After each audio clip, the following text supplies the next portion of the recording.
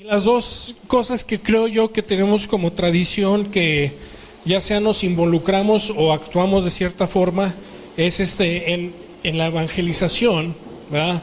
De hecho, ahorita que acabo de decir evangelizar, todos acabamos de pintar una imagen, ¿no? Puf, así, esto es evangelización, ¿no? Y la otra es sobre la oración. Y primeramente voy a hablar acerca de evangelizar. Y creo que mucha gente, cuando comenzamos a hablar sobre evangelización, inmediatamente pensamos en cosas, por ejemplo, Marcos 16:15, vamos a ir rápidamente para leérselos, para que más o menos agarremos una idea de qué es esto. Dije 16:15, ¿verdad? Ok, y luego dice, esto es Jesús hablando, claro, y les dice, y vayan por todo el mundo y prediquen el evangelio a toda criatura. En algunas versiones dice, proclamen, ¿no? Y creo que este es uno de esos estereotipos que normalmente tenemos en nuestras mentes cuando pensamos, no, proclamar el evangelio es así como pararse en la esquina y estarlo gritando, o hacerte, a lo mejor en nuestra cultura religiosa, a lo mejor estamos pensando hacerte ministro y estar en los congresos y prepararte para que uno pueda predicar a miles de gente. Se nos viene a la mente gente como Billy Graham, ¿no? O sea, alguien que ministró a 100,000 gentes en un estadio, ¿no? O 200,000, etcétera. Donde se convertían 20, 30,000 personas, y pensamos en esa forma, decimos, no, es que eso es evangelizar, ¿no? O de otra forma, comenzamos a pensar en los testigos de Jehová, ¿no? ¿Sí o no? Así como que, no, es que, pues, quién sabe, ¿no? Así de andar de puerta en puerta. Aquí mi estimado Noel, una vez me dio un buen ejemplo de cómo hablar con ellos, de que llegó un testigo de Jehová y le dijo, miren, yo admiro cómo ustedes van de casa en casa tocando, pero si solo ustedes hablaran del amor de Dios, ¿verdad? Y le empezó a predicar ahí el cuate, no, sabes que ya me voy, bueno, que Dios te bendiga, brother, ya se fue el cuate. Pero a veces tenemos eso en mente, ¿no? De ir de casa en casa tocando. Yo me acuerdo de chavo antes primero fue en Guanajuato, ¿no? Donde se hacían se llamaba terremoto juvenil. Era venían 200 chavos y chavas gringos y 200 mexicanos y mexicanas. Íbamos a Guanajuato, pasábamos 4 días allí y entrenábamos y practicábamos dramas y que no sé. Yo no, miren, yo de los dramas yo decía, no, soy alérgico a la vergüenza. Sí, no, eso no me animó. Y de hecho hasta les decía, no, es que la crema me hace alergia a la piel, y para no pintarme acá de mimo y todo el rollo, ¿no? Pero estábamos ahí 4 días y luego nos mandaban en equipos a las ciudades para ir a los centros comerciales y a las plazas y todo eso para hacer los dramas y predicar, y les dábamos un folleto, o no un folleto, sino más bien como la dirección de la iglesia para que pudieran ir, y apuntábamos a los que aceptaban a Cristo, y de vez en cuando salía por ahí un endemoniado y pues ahí también con ese rollo, ¿no? Y como que esa es otra mentalidad que tenemos. O también, por ejemplo, pensamos en gente, si llevamos tiempo en la iglesia, quizás segunda, tercera generación, lo que sea, hay gente, por ejemplo, como el bisabuelo de Raquel, que se llama Dodge, y no es el fundador de Dodge, pero así se llamaba. Y era una persona muy recia, ¿no? Muy fuerte de carácter, alguien que predicaba así, y que no le tenía miedo a nadie. Recuerdo, ¿quién era? Es un misionero hoy en África. Dice que su papá no era creyente y que un día lo invitó a una conferencia. Le dijo, no, papá, tú tienes que venir a esta conferencia de acá, tienes que ir a oír a Dodge, que era su bisabuelo. Y dice que pues que él así como que no era mucho así de ir a las iglesias y lo que sea, pero tenía una enfermedad en el estómago, ¿no? Como cáncer o algo así. Y dice, y esto nosotros ni sabíamos ni nada. Este señor nos empezó a platicar así un día que estábamos todos juntos y comenzó a platicar. Y dice que su abuelo de hecho tenía la maña de golpear a la gente, ¿verdad? De repente. Y que empezó así a subirse por las escaleras predicando él. Y luego que dice, aleluya, y y le tira un trancazo en la panza al papá de este cuate, y que se quedó así que qué onda, ¿verdad? Y en ese momento sanó él. Así, y siguió él predicando, pero que se ofendió tanto su papá que nunca regresó por muchos años, pero que quedó completamente sano.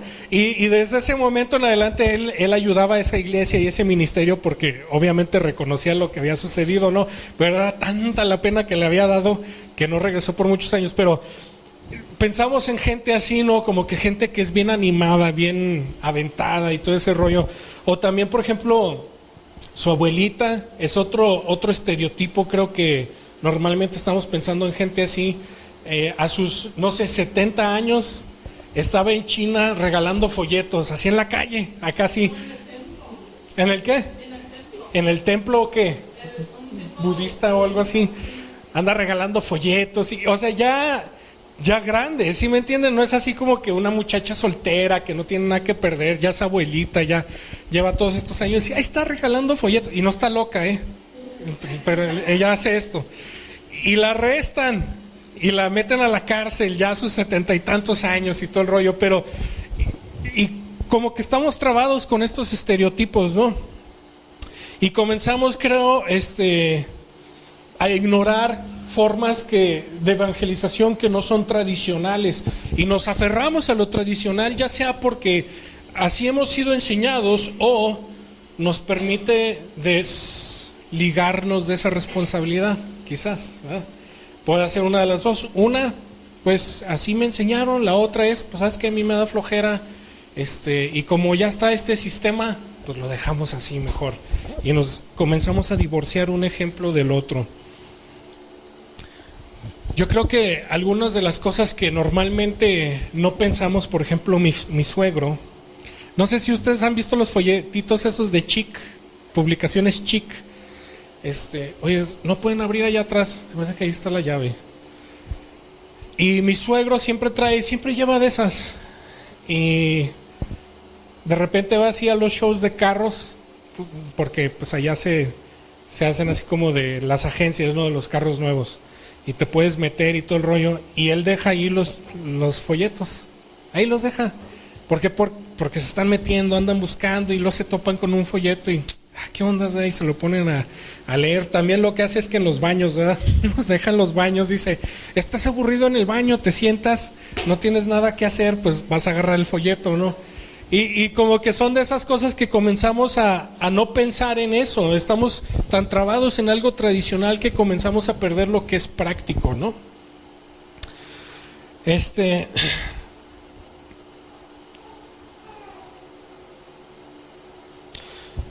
Creo que muchas veces, como cristianos, ignoramos el hecho de que podemos hacer un impacto profundo en la gente a través de una simple amistad. Yo sé que hay mucha gente que piensa, no, es que evangelizar es a bibliazos y es que no, que esto es lo que dice Dios, que quién sabe, que sí me entienden, ¿no? Y creo que a lo mejor perdemos a veces la oportunidad de estar constantemente discerniendo el Espíritu y que el Espíritu Santo te pueda estar diciendo cosas acerca de esa amistad y cosas que tú puedes dejar así sencillas, ¿no? Miren, Jesús no era descabellado, ¿sí me entienden? No era un loco que se le ocurría hacer cosas, todo lo que hacía lo hacía deliberadamente. Tenía una intención y un propósito. Y creo que muchas veces como que nosotros tratamos de pensar que la evangelización es como algo descabellado, pero en realidad siempre debe de tener un discernimiento detrás de ello, que creo que es lo que muchas veces estamos perdiendo nosotros. A mí se me hace interesante, hay varios libros donde cuentan la cantidad de preguntas que se le hicieron a Jesús. En uno de estos libros dice él que se le hicieron a Jesús 183 preguntas a Jesús. ¿Saben cuántas de esas respondió directamente? Se van a sorprender. 3 de 183. Y a lo que voy es que Jesús constantemente estaba discerniendo qué es lo que estaba sucediendo. ¿Sí me entienden? Hay gente... Mismo Pablo nos dice, hay gente que nada más quiere discutir, que quiere hacer polémica. Yo estaba hablando con un pastor hace una semana de Guanajuato, de hecho. Ellos están moviendo muy fuerte en contra del movimiento de Peña Nieto. Y él se juntó con unos amigos políticos que son cristianos y le dijeron, mira, cuando tú vayas allí y comiences a presentar esto, te van a querer agarrar en ciertas preguntas, te van a preguntar esto y te van a preguntar esto y tú necesitas contestarles de esta forma y dándole consejo, ¿no? Entonces realmente dijo él que estaba bien asustado cuando llegó, dijo, híjoles, Dios me tiene que dar sabiduría, si no aquí ya la voy a regar, pero de igual forma, él tuvo que tomar ese tiempo donde llegaban los periodistas y usted está diciendo que, o sea, como tratando de ponerle palabras en su boca, ¿no? Pero él tenía que estar discerniendo cómo contestar, cómo poder dejar un mensaje con ellos de una forma, ahora sí, con una sabiduría celestial, ¿no? Que muchas veces, a veces sentimos como que, están hablando de algo religioso, déjenme yo meterme ahí porque soy cristiano. Y luego comenzamos a decir un montón de cosas y metemos la pata y estamos a lo mejor hasta de buena intención, ¿sí me entienden? De una buena intención, queriendo ayudar a la gente, nos comienzan a hacer preguntas y hay gente que es bien gandalla y te comienzan a meter zancadilla y como uno es bien honesto y buena onda, pues no se imagina que la gente es acá gandallona y cae en esos trucos, ¿no? Y creo que se nos pierde ese tipo de cosas, de estar en ese discernimiento. Creo que, pues es que ni para qué intento si soy maleta esto. Pero lo que me comencé a dar cuenta por la tradición que tenemos, que normalmente así es como se hace, ¿no? Y lo tenemos muy presente porque, por ejemplo, ya ven que el domingo pasado hablamos acerca de traer gente a la iglesia para que sean salvas, ¿verdad? En vez de que nosotros estemos ministrando a esa gente, nosotros trayéndolos a salvación. Entonces, ¿qué es el modelo tradicional? Es los traemos, les predican y en ese momento les cae el 20 y se entregan. ¿Sí me entienden? Es como que el modelo que estamos viendo y decimos, no, pues así debe de suceder. Pero aún con Jesús hubo momentos donde solo sembró y hubo momentos donde Él cegó y hubo momentos donde Él sembró y la gente lo rechazó, ¿verdad? Y a veces nosotros por nuestras tradiciones estamos ignorando esos pasos también. Yo creo que una de las cosas importantes es discernir los tiempos. Cuando uno de tus amigos quiere hablar contigo o que tú estás ahí con ellos, al estar discerniendo ese momento, tú puedes saber, ¿sabes qué? En este momento quizás nada más me toca regar la semilla que ya está. A lo mejor él todavía no está listo para que podamos recoger ese fruto. A lo mejor él nada más necesita que volvamos a regar un poco más. O a lo mejor este cuate no sabe nada, a lo mejor a mí nada más me toca dejar una semilla. Eso es parte de la evangelización. Ya ven cómo, viéndolo fuera del molde tradicional, comenzamos a pensar, mira, yo sí podría hacer eso. O sea, no está tan descabellado, está tan loco poder evangelizar a una persona. Y hay gente en nuestro alrededor que a lo mejor ya están listos para cegar ese fruto. Decir, ¿sabes qué? Este cuate ya está listo para freír. Ya no, métanle el tenedor. Hay que tener eso en mente. A ver.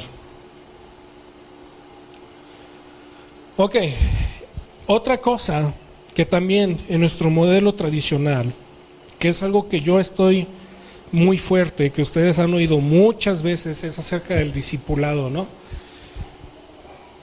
Una de las cosas que tenemos en nuestro molde tradicional sobre evangelización es que muy pocas veces estamos interesados en hacer discípulos.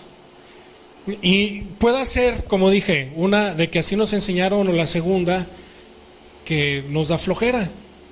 No, pues que el pastor lo disipule, lo traemos a la iglesia, que el pastor le predique, que el pastor lo disipule y ya, con eso ya no hay problema, yo ya hice mi parte, mi flechita para mis puntos con Dios y traigo otro, ¿verdad?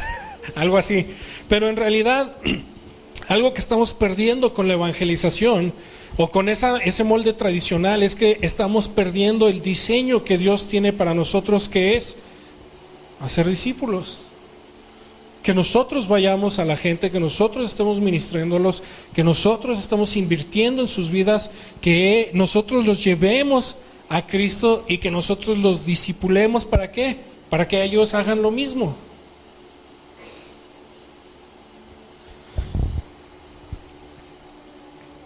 Entonces, la tradición es, conforme a la evangelización, es que son discípulos del pastor, ¿verdad? Toda la iglesia es discípulo del pastor. Pero está mal esa tradición que tenemos, esa cultura religiosa. Porque cuando lleguemos al cielo, yo creo que Dios va a preguntar, bueno, ¿y tus discípulos? ¿Quiénes son? Y luego, no, pues yo le llevé de a montón discípulos al pastor, ¿verdad? Pero nos va a preguntar, bueno, ¿y tus discípulos dónde están? Claro que para hacer eso nos necesitamos invertir, necesitamos meternos en la palabra, necesitamos estudiar, necesitamos prepararnos, necesitamos buscar oportunidad, ¿verdad? Típico gente, no, es que estoy bien malo con mi matrimonio. Che, no, es que está difícil, compa. Y hasta ahí no es que nadie se anima a ir más allá, ¿no? Pero esa es una oportunidad, ¿no? Cuando alguien se comienza a abrir y decir, ¿sabes qué? Aquí Dios me puede dar palabra para tocar e impactar sus vidas, ¿no? Y a lo mejor al principio se hace difícil, ¿no? Pero con el tiempo y con la práctica que Dios y la sabiduría que Dios te está dando, tú puedes comenzar a hacerlo más naturalmente. Yo, la verdad, así como pastor, cuando comencé, yo dije, no, yo jamás voy a hacer esto, aquello, jamás voy a tener yo el ánimo de decirle esto a alguna persona. Y ahorita se me salen las palabras sin pensarlo. Y no es porque soy yo, es porque Dios ha obrado en mí, yo he permitido que Él obre en mí, ¿no? Entonces, hay que comenzar a cuestionar estas tradiciones. Entonces, tu pregunta es, para esta semana, es, ¿dónde están tus discípulos, no? Y yo sé que todos decimos, no, pues mis hijos, y todo eso está bien, pero debemos de estar haciendo más discípulos, ¿sí? Entonces, esa es la parte sobre evangelización. Yo quiero que ustedes estén pensando acerca de eso. Es algo muy sencillo, no es algo tan trabado. La otra es sobre la oración.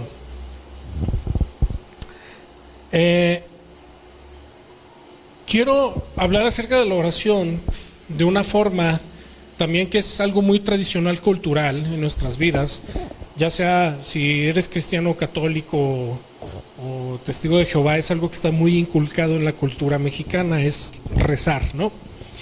Y creo que más que nada quiero hablar acerca de la oración como que tratando de buscar una relación con Dios por medio de la oración versus caminando con una relación con Dios, en una relación con Dios.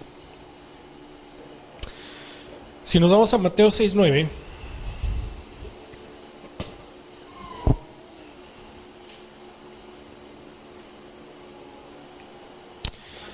Mateo 6:9, podemos ver aquí vamos a leer esto y voy a tocar en ciertos puntos, pero creo que la oración es una de las cosas que normalmente sentimos nosotros que si no lo hacemos de una forma u otra, sentimos que Dios no nos oye, ¿no?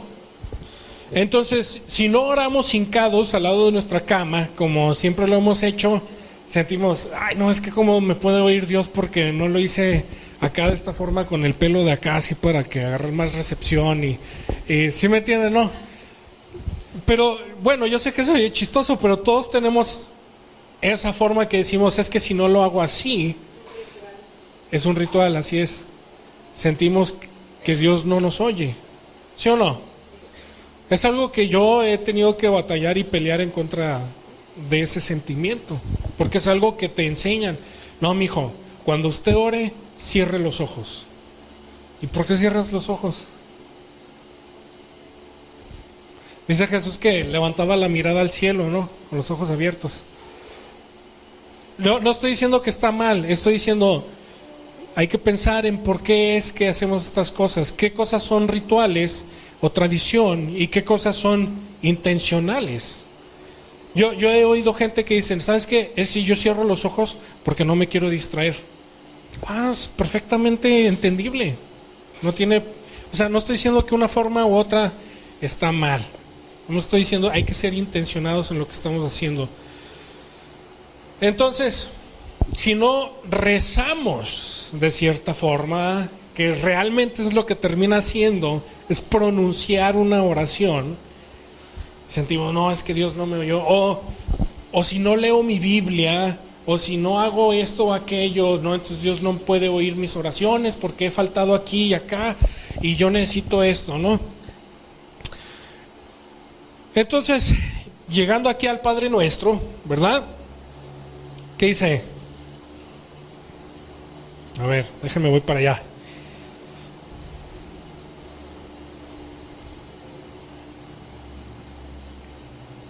Nueve. Dice, pero ustedes deben de orar así: Padre nuestro que estás en los cielos, santificado sea tu nombre. Ok. Obviamente está identificando ahí quién es. Y yo les he dicho anteriormente que es interesante que el Padre Nuestro empieza y termina con una alabanza, como adorando a Dios, ¿sí me entienden? Pero después de eso dice, venga a tu reino, ¿no? Y yo sé que normalmente agarramos las cosas así, como que, bueno, esto es lo que dice y eso es lo que voy a orar, ¿verdad? Y ya nada más. Pero vamos a pensar un poquito detrás de esta oración. Entonces, venga a tu reino. Esta es una oración alineada con la doctrina que Jesús estaba enseñando en ese tiempo y que Juan había enseñado en ese tiempo y que ya estaban predicando. Aquí es donde yo creo que comenzamos a ver una relación entre nosotros y Dios. ¿Por qué? Porque aquí Jesús está hablando acerca de una voluntad que Él sabe que es. ¿Sí me entienden? Él está diciendo, yo sé que la voluntad de Dios es que venga su reino a esta tierra. Pero ¿cómo podría Él conocer esa voluntad si no existe una relación? No es así como que se la da mágicamente. Así como que esta es la solución mágica para hacer todo bien. Y creo que muchas veces andamos agarrando la oración y la estamos divorciando de esa relación que nosotros podemos ver aquí.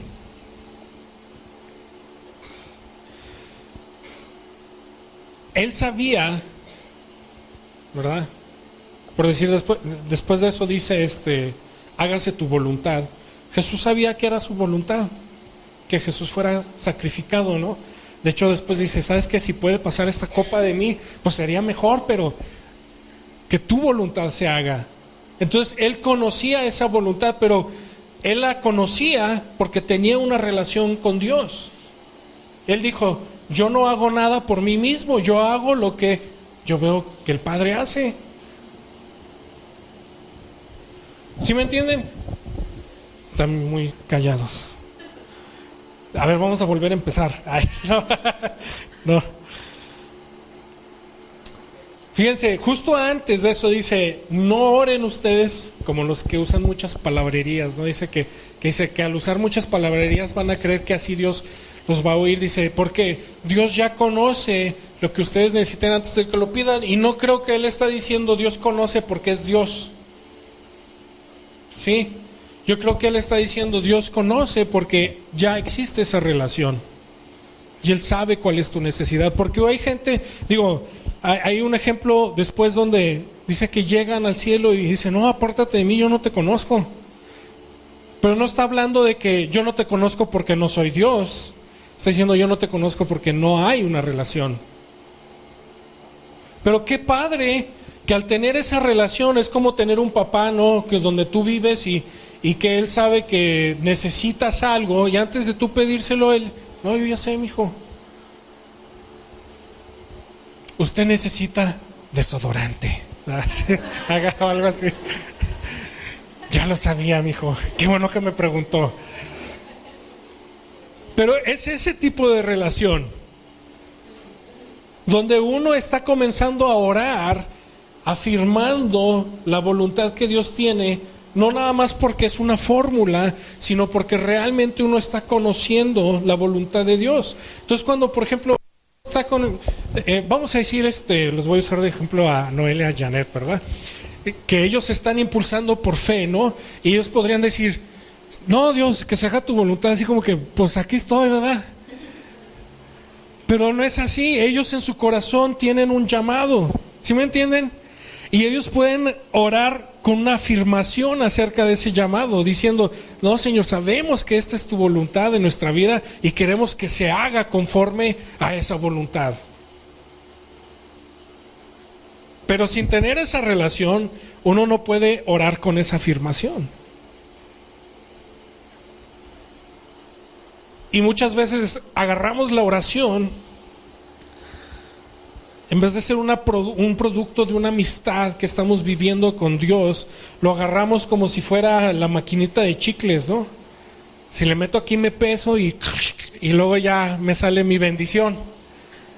Por eso hay mucha gente que trae a otras personas a la iglesia o que vienen con uno, ¿no? Y dice, oiga, ¿puede orar por mí? Oiga, porque no están entendiendo ese concepto de oración. Ellos piensan que es un así de, es la mentalidad que tenemos. ¿Mande? Como un amuleto, así es. Y ahí es donde hay que ver, ok, esta tradición que nosotros tenemos tiene que cambiar. Como dije, la oración en realidad es un producto de una amistad que tenemos con Dios. La oración no produce relación, sino una relación produce oración. ¿Sí? Cuando tú quieres ser amistad con alguien, entonces, oye, yo me quiero juntar con él, yo quiero aprender quién es, cómo hace esto, que ese anhelo produce pláticas, produce tiempo de inversión, ¿sí me entienden? Eso es lo que es la oración, no es así como que es que voy a orar para acercarme a Dios, es decir, no, es que yo quiero conocer a Dios y porque yo tengo ese anhelo y quiero conocerlo y quiero pasar tiempo, produce en mí una oración. Y no nada más produce cualquier oración, produce una oración que va conforme a como lo voy conociendo. Es una oración diferente. Se nos olvida muchas veces que hay una oración. Pensamos que orar es nomás orar. Y se nos olvida que tenemos el Espíritu en nosotros también. El domingo pasado hablé de que somos una cultura que ha aceptado que no tenemos poder. ¿Sí? Que por eso siempre acudimos a los ministros, porque aceptamos nosotros sin razón, lo aceptamos, decir, no, es que yo no tengo poder para hacer esas cosas, mejor se lo llevo al pastor o al ministro o a anacondia, o ¿sí me entienden? Se nos olvida que tenemos ese Espíritu en nosotros. En esta oración Jesús estaba afirmando la voluntad de Dios. A ver, ya me perdí aquí en mis notas, permítanme un segundo. De nuevo, la oración comienza y termina con una adoración, ¿no? Es lo que vimos ahí. Yo realmente, aún yo en mi vida, yo he visto cómo yo no me he apegado al molde que Jesús nos dejó. Porque yo, por X razón, no le quiero echar la culpa a nadie. Yo por mí he cambiado ese diseño de la oración. Y yo me he fijado que muchas veces no hay alabanza en mi oración, no hay adoración, no hay afirmando el deseo de Dios, pero hay mucho pediche. Pido muchas cosas, ¿verdad? Eso sí. Y creo que esto sucede porque en realidad no tenemos una relación con Dios. Cuando esto comienza a suceder, no estamos entendiendo esa amistad que debe de haber entre Dios y nosotros. La oración es una herramienta que nos puede acercar a Dios si lo sabemos usar. Sí. A mí se me hace interesante que esa parte del Padre Nuestro se encuentra justo a la mitad de un montón de consejos diferentes. No sé si se han dado cuenta. Ustedes leen un capítulo atrás y un capítulo enfrente y hay muchos consejos, y justo a la mitad de todos esos consejos está el Padre Nuestro. Y pienso yo, ¿qué ondas? O sea, no es así como que Jesús dijo, les voy a dejar esta fórmula para que les vaya bien. O sea, como que era entre todo lo que ellos estaban conociendo a Dios, llegó a ese punto de la oración. Y les dijo, así es como yo también quiero que ustedes oren, esta es la forma en que lo deben hacer. Pero no era porque así como que hoy nos toca ver la fórmula de esto, sino era así como que al estar conociendo su corazón y como Él quería que nosotros hiciéramos la cosa, surge eso. ¿Sí me entienden? Y como que hemos sacado el Padre Nuestro, vamos a decir, y lo hemos sacado de contexto y le hemos dado una importancia muy grande, ignorando todos los demás consejos, ¿no? Y al ignorar todos esos consejos nos apartamos de ese querer conocer a Dios, ¿no? Y queremos dejar nada más esta fórmula, nada más. La otra es en Lucas 11, cuando también está el Padre Nuestro allí, dice que los discípulos estaban con Él y que dice que cuando acabó de orar le dijeron, enséñanos a orar. Pero esa plática se dio porque ellos estaban pasando tiempo con Él, ¿sí me entiendes? Ellos estaban viendo algo en esa amistad, en esa relación. Ellos veían algo y decían, yo quiero aprender eso. ¿Cómo es que debo de yo orar? Y muchos de nosotros queremos orar sin tener la relación, sin tener la cercanía, la amistad.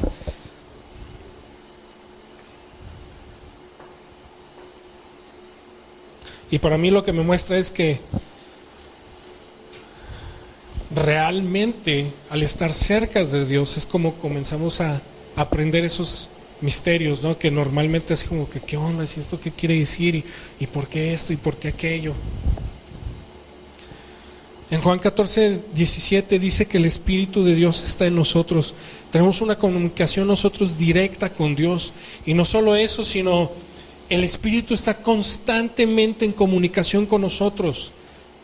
A veces agarramos la oración y queriendo así como que unas palabras bien profundas que Dios nos hable en ese momento, así como que nos apantalle, ¿no?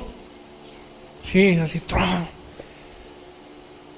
Cuando se supone que tenemos al Espíritu en nosotros, y el Espíritu dice en Juan 14:26, dice, nos enseñará todo.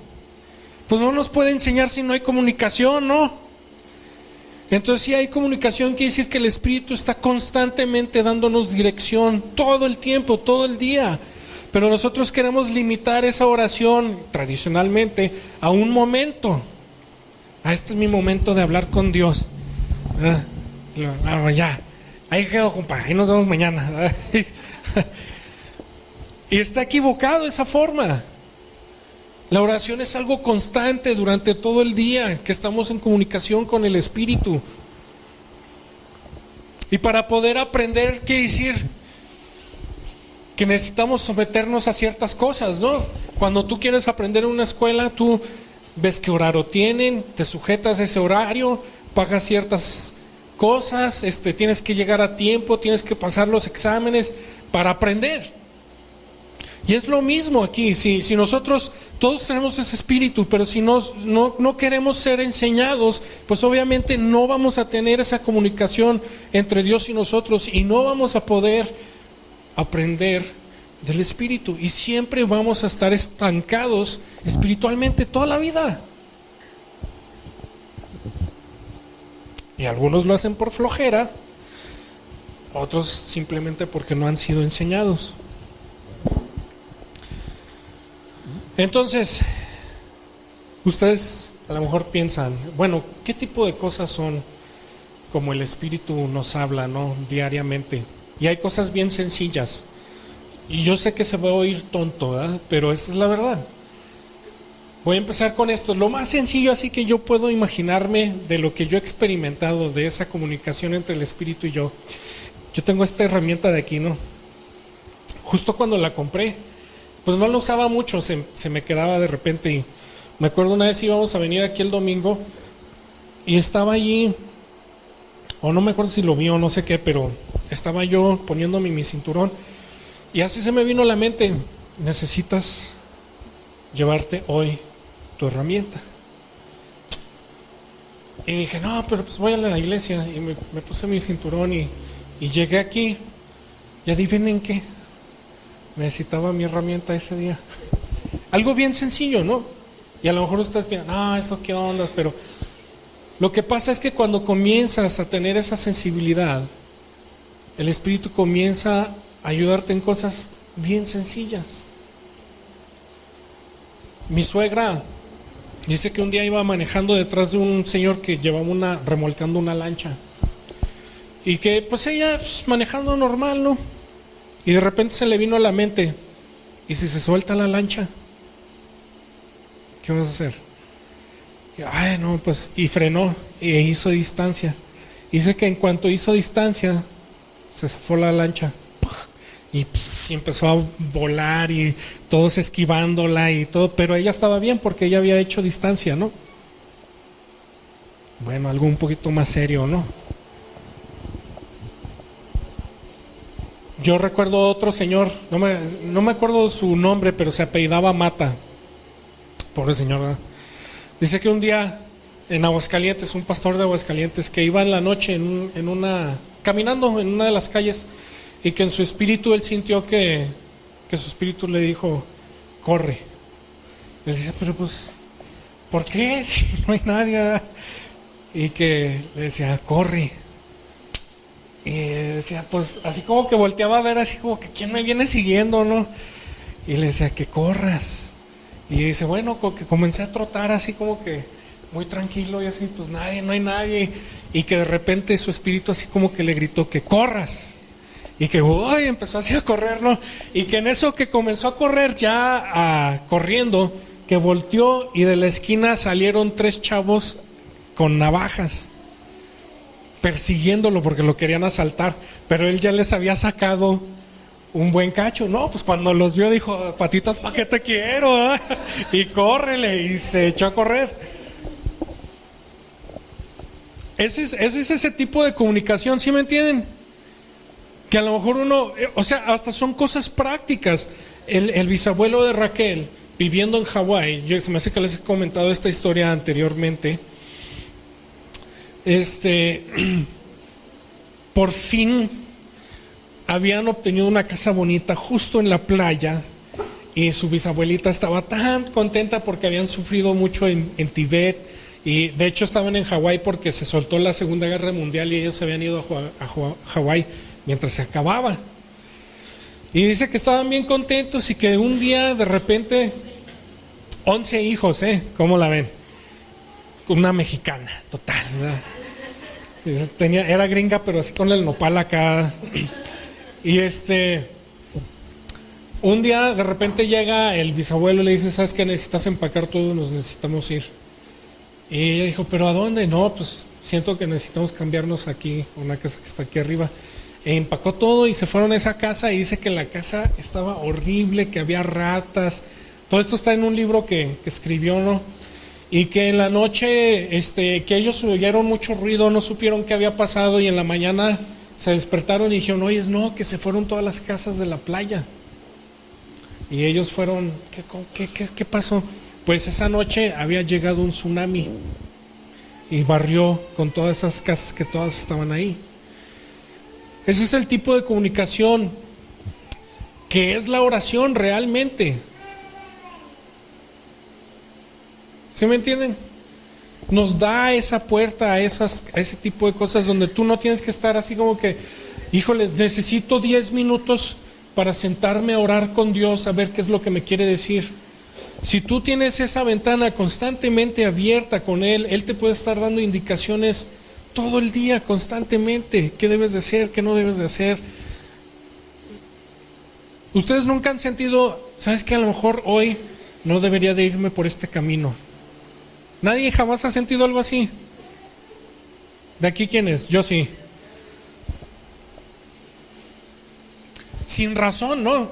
Sin razón. Nada más tu espíritu lo siente, ¿no? Como que, ¿qué onda es aquí? El día, ustedes se acuerdan que se cayó la avioneta, ¿no? No, él iba conmigo ese día. Nosotros íbamos a salir 2 días antes, un sábado, ¿no? Era un sábado, pero nos fuimos un lunes, ¿no? Algo así. Y ese sábado yo no sé por qué, pero yo no sentí paz. Sin razón, yo nada más no sentí paz. De todo modo se cayó el avión. Pero algo ese día estaba alineado con lo que Dios había puesto en nuestros espíritus, ¿no? Todo salió bien. Todo porque uno está constantemente teniendo esa sensibilidad. La oración no nada más son 5 minutos tradicionales que nosotros tenemos. Hay que cambiar esa mentalidad. Este tipo de tradiciones realmente está ahogando a la iglesia. La está destruyendo. Y tenemos que nosotros como congregantes, como cristianos, comenzar a retar estas tradiciones. Bueno, ¿por qué hacemos esto? ¿Por qué lo hago así? ¿Por qué siento que no puedo hacer esto o aquello? Y comenzar a meternos a la escritura, a leer, a investigar, a llenarnos del poder de la palabra, llenarnos del poder del Espíritu, para que podamos tomar acción. Me acuerdo de un pastor que decía: yo por muchos años oraba muchísimo, pero no había acción en mi vida, no tomaba pasos de fe, pero oraba mucho, y que Dios en una de esas lo retó y le dijo: pues, ¿de qué me sirve que tú estés orando todo el tiempo si no hay acción tras lo que tú estás haciendo? ¿Por qué? Porque él estaba viendo la oración de una forma tradicional, ¿no? Son mis 20 minutos, 1 hora al día que me tomo con Dios. Pero bueno, si gustan ponerse de pie, ya vamos a acabar. Entonces, el punto de esto es que nosotros queremos comenzar a entender más profundamente quién es Dios y qué es su voluntad en nuestras vidas. ¿Cómo podemos desempeñar o empeñarnos en la voluntad que Dios tiene para nosotros? Sí. Pero no podemos saber de eso, nada de esto, si nosotros no estamos retando nuestras tradiciones religiosas. Hay que cuestionar eso. No es malo cuestionarlos. Miren, hay cosas que yo cuestiono que al final de cuentas yo estaba equivocado y pues me tengo que retractar, ¿no? Y eso está bien.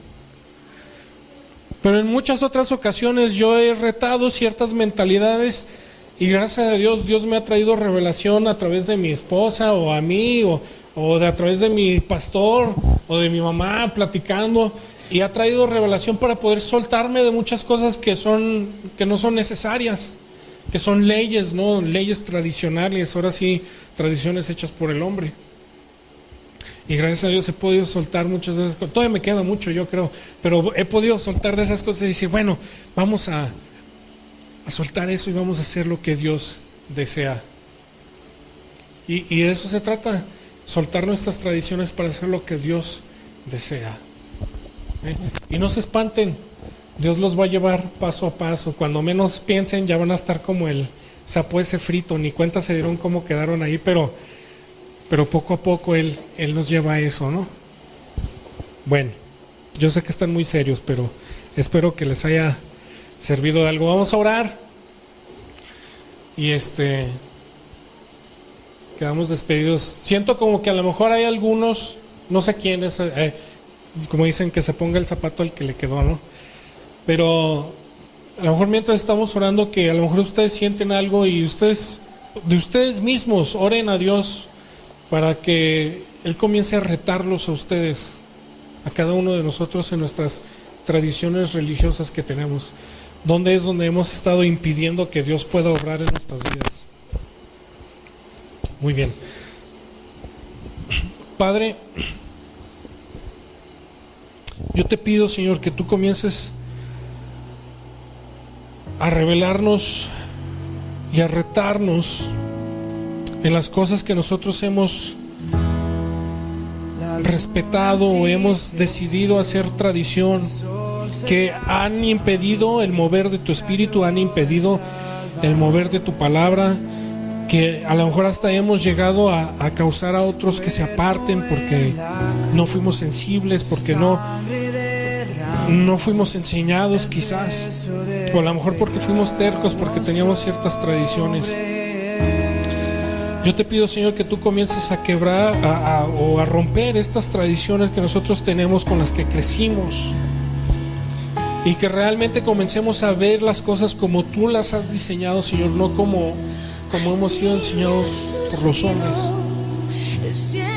Que tú nos comiences a sacar de ese lugar de comodidad, de seguridad, a lo mejor seguridad en conocimiento también, Señor, y que comiences a retar nuestras vidas y decir: ¿sabes qué? Esto es lo que yo quiero de ti, y esta es mi voluntad para ti. Y llévanos a un lugar, Señor, donde podemos comenzar a aprender cuál es tu voluntad, donde podemos declarar tu voluntad, Señor. Que tengamos esa cercanía contigo para poder acertar lo que tú quieres hacer y orar con autoridad, porque conocemos tu voluntad, Señor. Yo te doy gracias por este tiempo que tú nos das aquí. Yo pido que tú bendigas a todos nosotros, Señor, espiritualmente y físicamente, Señor, que tú nos bendigas en nuestros trabajos, en nuestras familias, Señor, que tu Espíritu esté sobre nosotros, que tú nos unjas, Señor, para poder tocar a los que están alrededor de nosotros, Señor, y cambiar nuestras vidas para que podamos impactar a otros, Señor. En nombre de Jesús te damos gracias. Amén. Muy bien. También eso es tradición oral al final de... Son tradiciones bonitas, dicen, ok. Pero mire, realmente hay que romper estos ciclos que hemos estado viviendo años y años y años. Hay que comenzar a preguntarnos por qué hacemos estas cosas. Está bien preguntarse eso, y yo los animo a que ustedes lo reten, porque el Espíritu les va a enseñar. ¿Sales? Ok, que Dios les bendiga. Nos vemos el domingo que entra.